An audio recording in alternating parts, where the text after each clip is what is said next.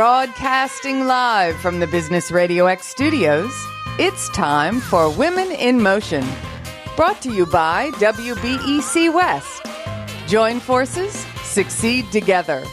Now, here's your host.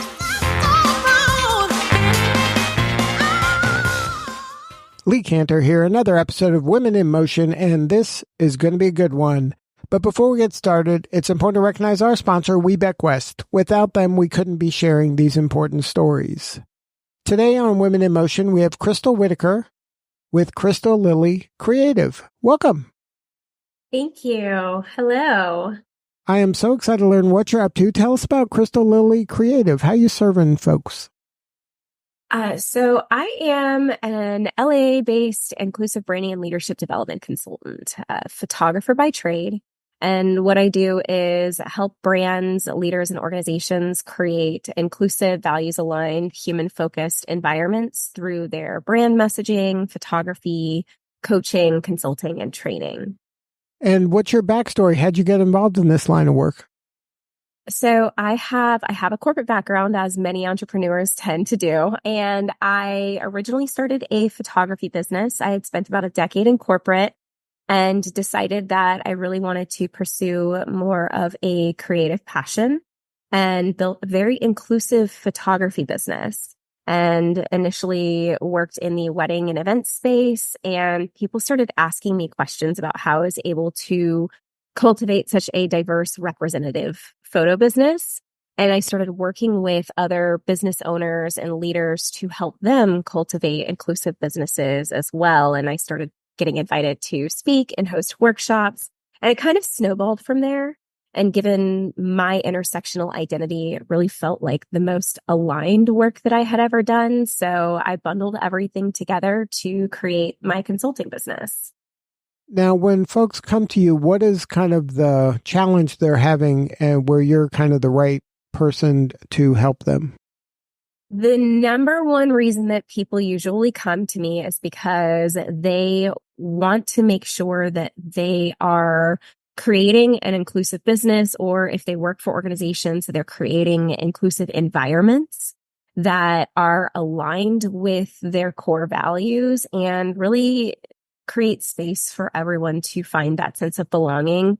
And there's two reasons that folks will come to me. One reason will be because they're wanting to be proactive and making sure that they are doing that from the outset. And then the other reason is usually because something has happened where someone has been harmed or offended in a way, and it is detrimental to the reputation of the leader of the organization, and they are looking to course correct.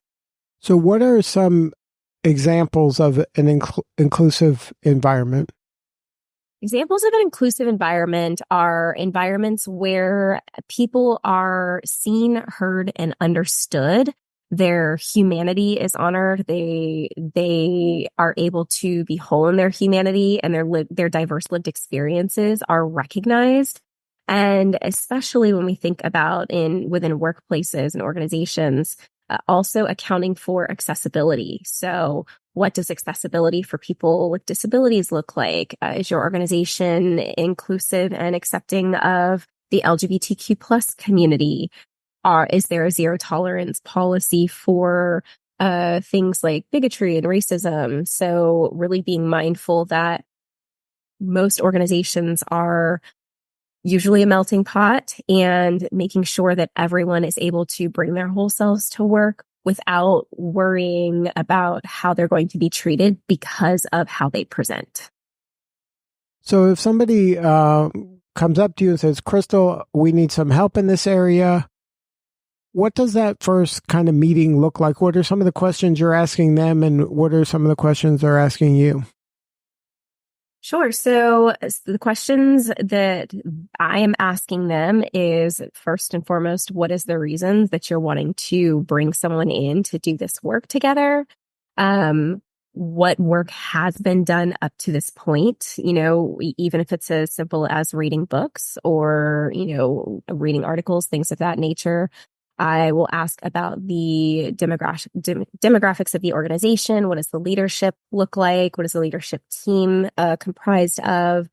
I will also ask about values. What are the organization's values? Because the way in which I work with people is helping to cultivate inclusive environments and experience through the lens of core values, because that tends to click with people a little easier, because it should be something that is intrinsic to the organization, not just an add-on, a box that has been checked of, okay, we have diverse hires, we have diverse leadership in place, but really how is inclusion showing up through the overall values of the organization? Meaning, is inclusivity embedded in your systems and your processes, not just the front-facing checkbox items that people typically go to first?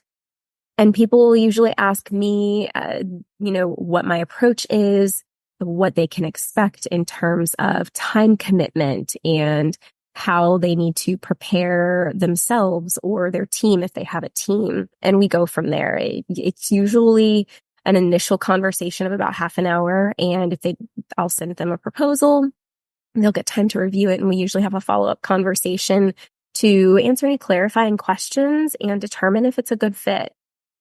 And what would a deliverable be?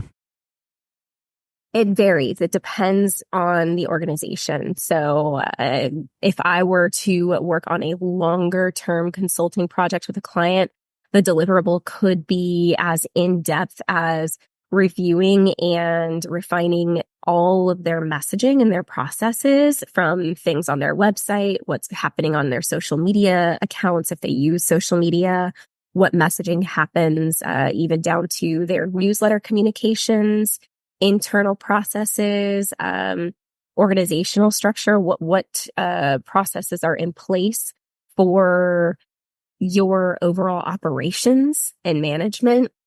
What is the process for my clients' from start to finish? What does that look like? And how can we make sure that it's being done with an inclusive lens? That's for a larger scale, full scope project. And because of the photography component that clients are able to add on, if they want to also take it a step further to ensure that their visuals are also inclusive, then they have the option to include custom brand photography. Is there a story you can share maybe that illustrates how you came in and helped an organization? You don't have to name the name of the organization, but maybe share the challenge that they were going through and how you were able to help them get to a new level.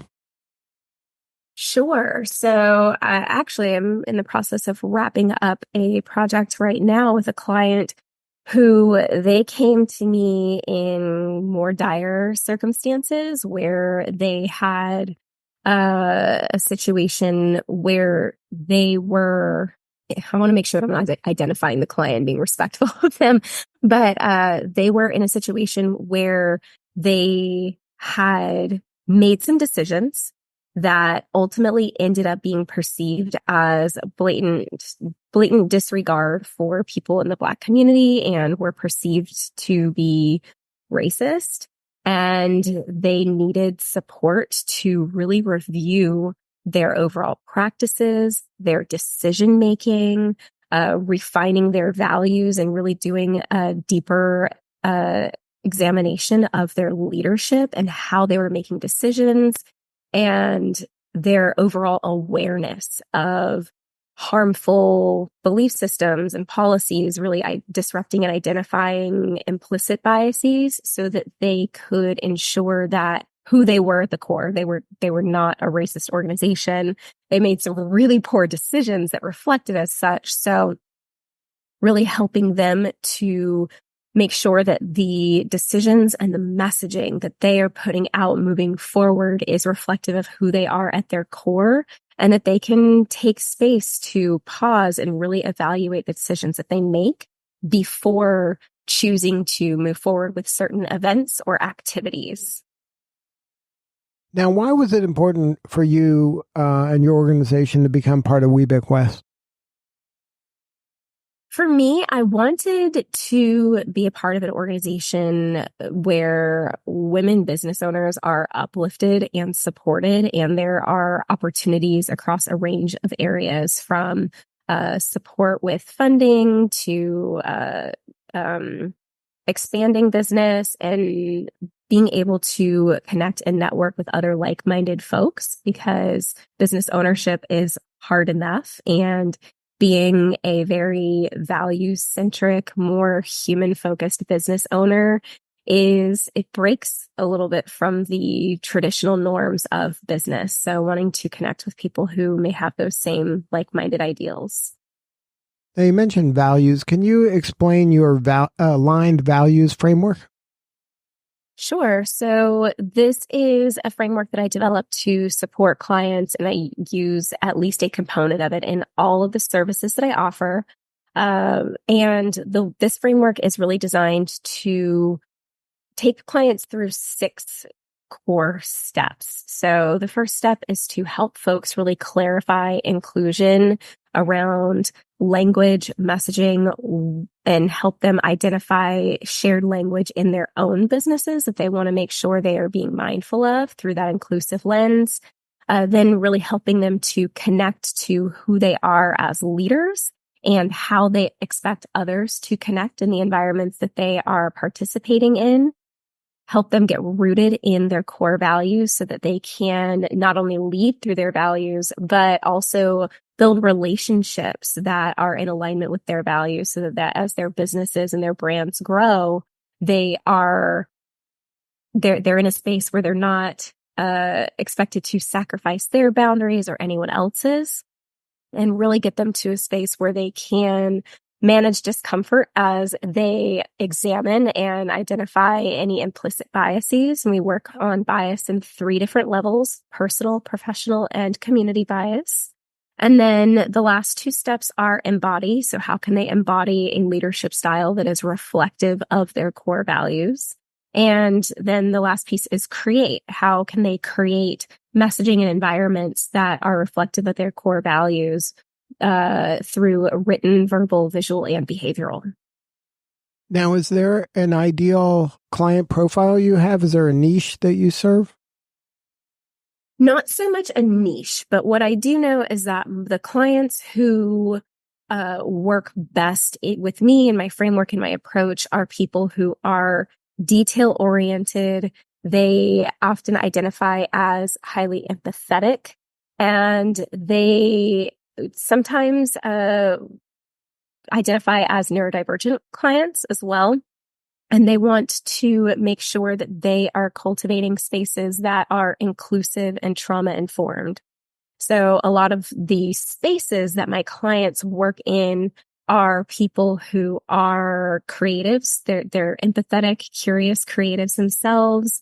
They work in mindfulness spaces. So I've worked with a lot of therapists, florists, which is really interesting, and other coaches, specifically coaches who lead through a trauma-informed, holistic lens.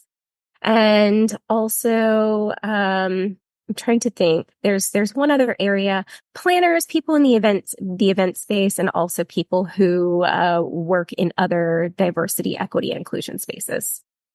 And what was the impetus to write your book, Brave Leadership is a Choice, an Inclusive Guide to Creating Belonging?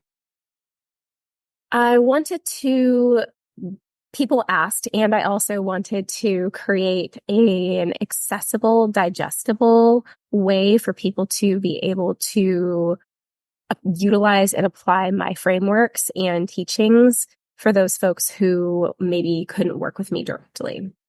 So is that a good place to start, when they're learning about you and your firm, to go to the book and maybe buy the book and read that to understand kind of a little more?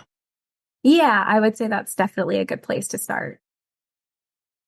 So if somebody wanted to learn more and have a more substantive conversation with you or somebody on the team, what is the website? What is the best way to connect with you?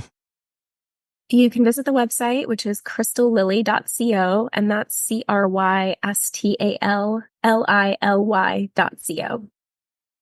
Well, Crystal, thank you so much for sharing your story today. You're doing such important work, and we appreciate you.